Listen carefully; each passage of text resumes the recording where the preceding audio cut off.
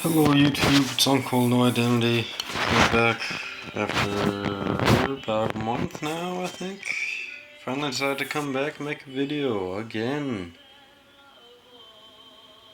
So we're going to take a look at the 68 Charger RT. Got some work done on it. So let's take a look at what I've done.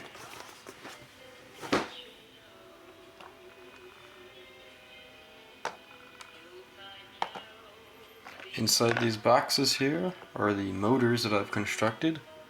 So let's first open up the one that we're going to use with the build.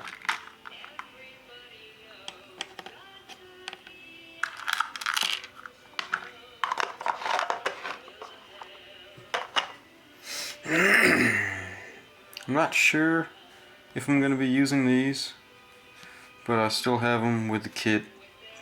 These are actually from the 68 Superstock Dodge Dirt. And here's the motor. It's not entirely built up yet, but I've done some work to it.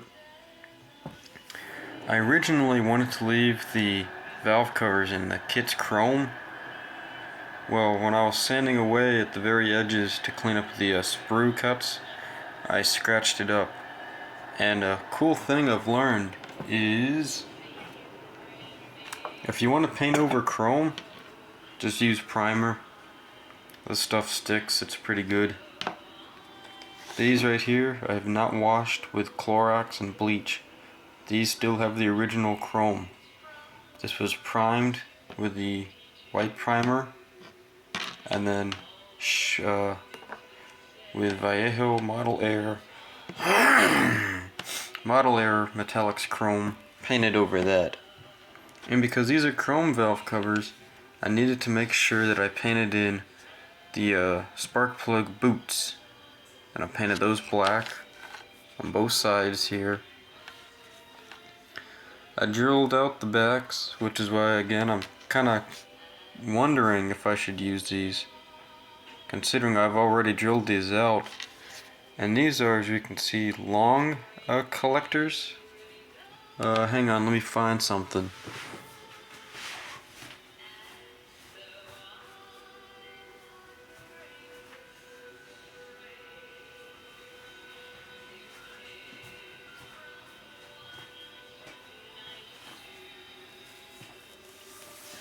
Alright, well, I can't find what I'm looking for.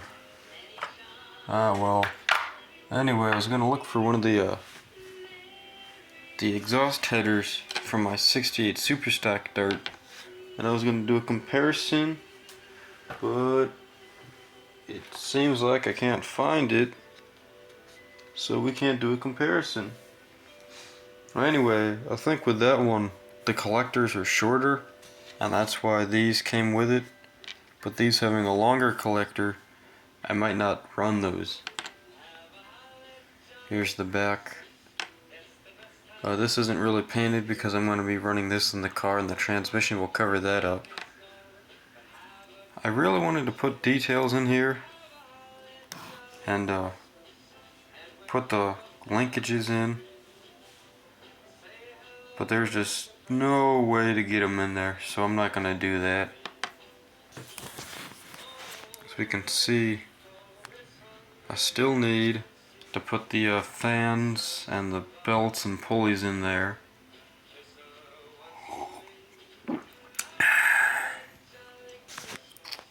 Coffee!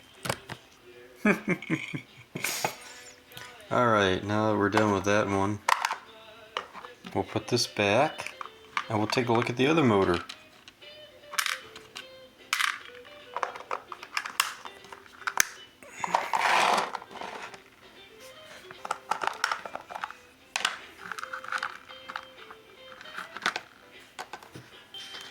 The queen of the Mopar big blocks. I say that because the Hemi is king. Here we got my carburetor for the car.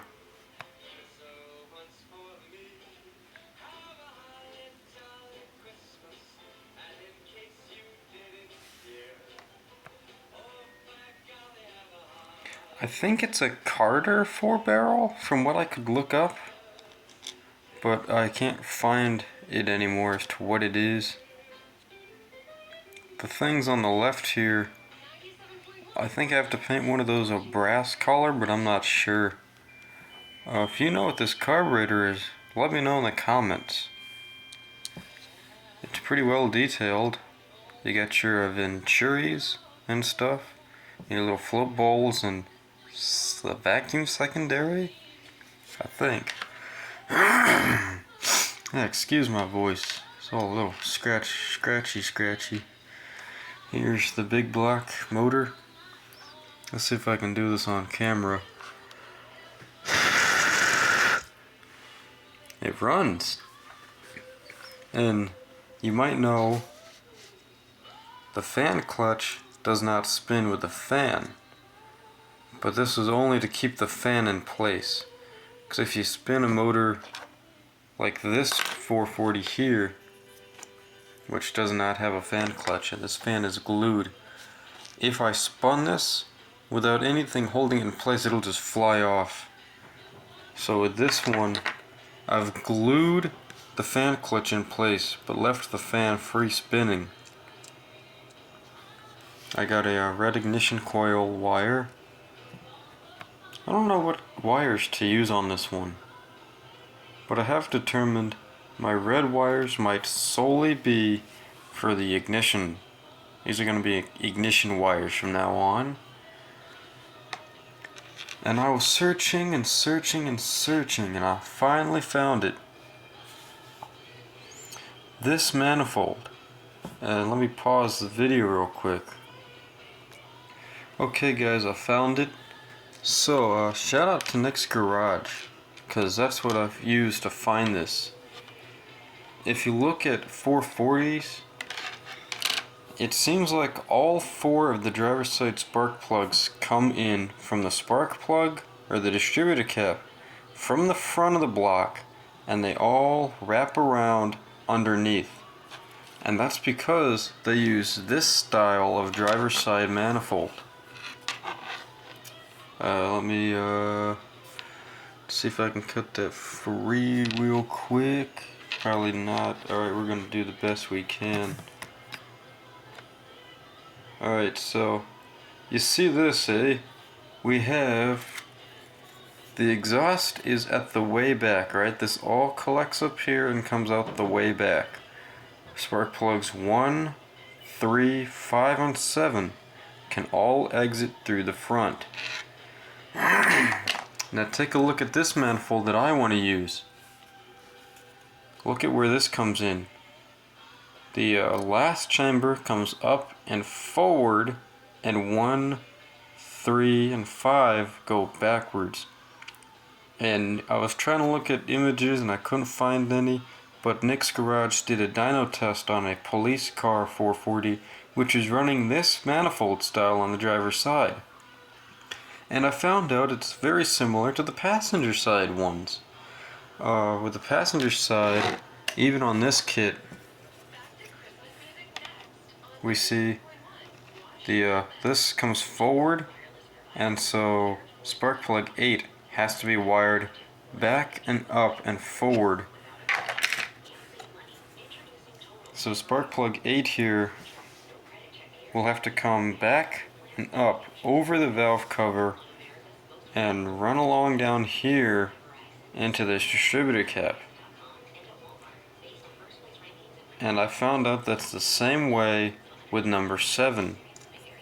So number 7 spark plug has to follow the same style of route. It has to come back and over, and this time it runs on this side and then connects here.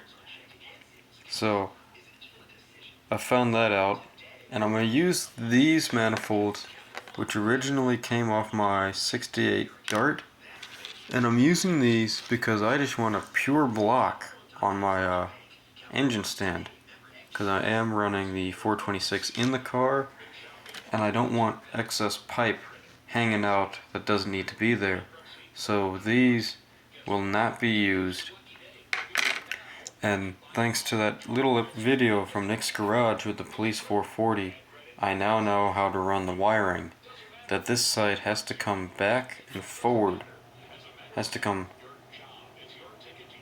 sorry about the camera, back and up and over. Now the problem is, well, good news and problems all in one.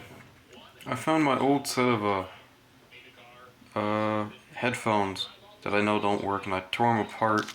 And check this out, guys. I have blue spark plug wires, and I got 2 of these now. I have another set of green wire. I have the psychedelic spark plugs wire that we've seen before.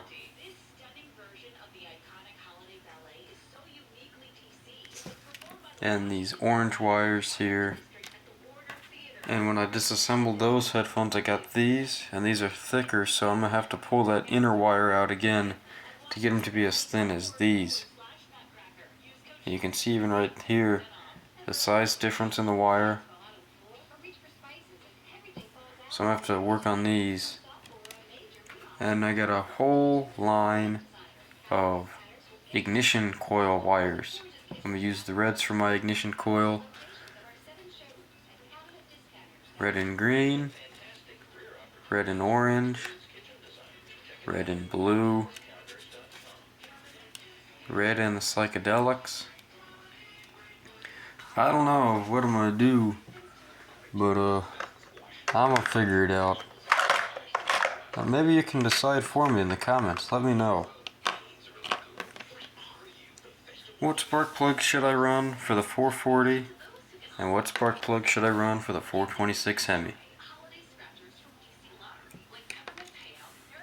I did the last 426 Hemi here with the psychedelic spark plugs, and those look kind of cool.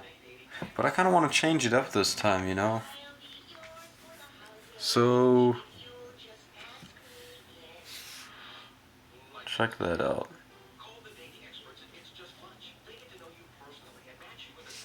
Let me see if I can get some more light here. Let me adjust this, swing it, bend it.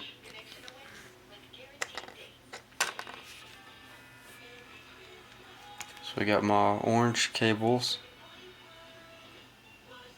That would blend pretty well with the motor's color.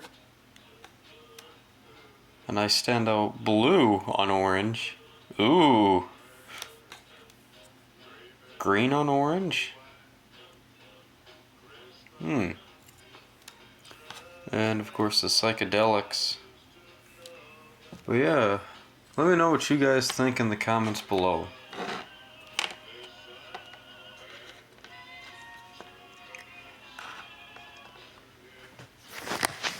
And I still need to put the, gotta do the belts and pulleys and everything on this motor. Let's take a look at the, let's take a look at the body real quick.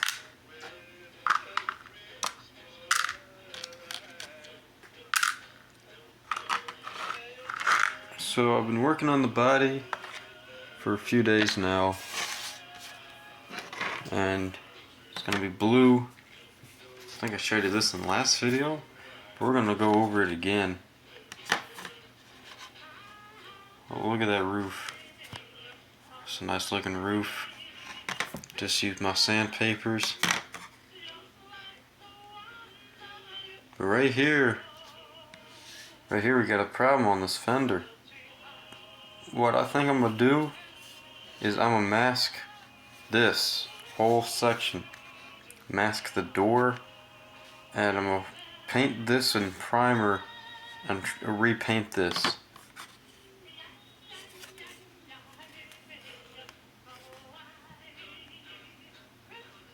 There's a bit of a fault here on the fender and on the cowl. There's a scratch there, a big old scratch. You can even see it right there. Then again, none of my models are perfect, but that quarter panel on the passenger side Here's the driver's side one. And here's a little flaw I've noticed in this kit. The chrome trim is like chewed out. Ah well. I've tried putting some glues and stuff on here. I'm gonna try some filler later. We got the fuel filler cap insert here. Gotta put that on.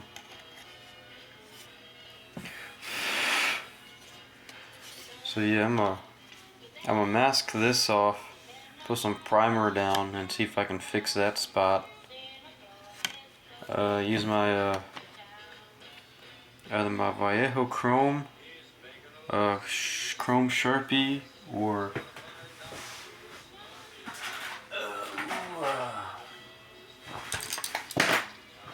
I have these chrome pens. I'm gonna see if I can try to use some of these. Oh well. The firewall here is painted white. My theory is the racer needs his engine bay to be white, much like tanks have white interiors so you can see for leaks and damages. Same thing here. We're going to paint this with a white engine. It is definitely going to look odd, I guess, but hey, it's part of the fun. So yeah, that's video.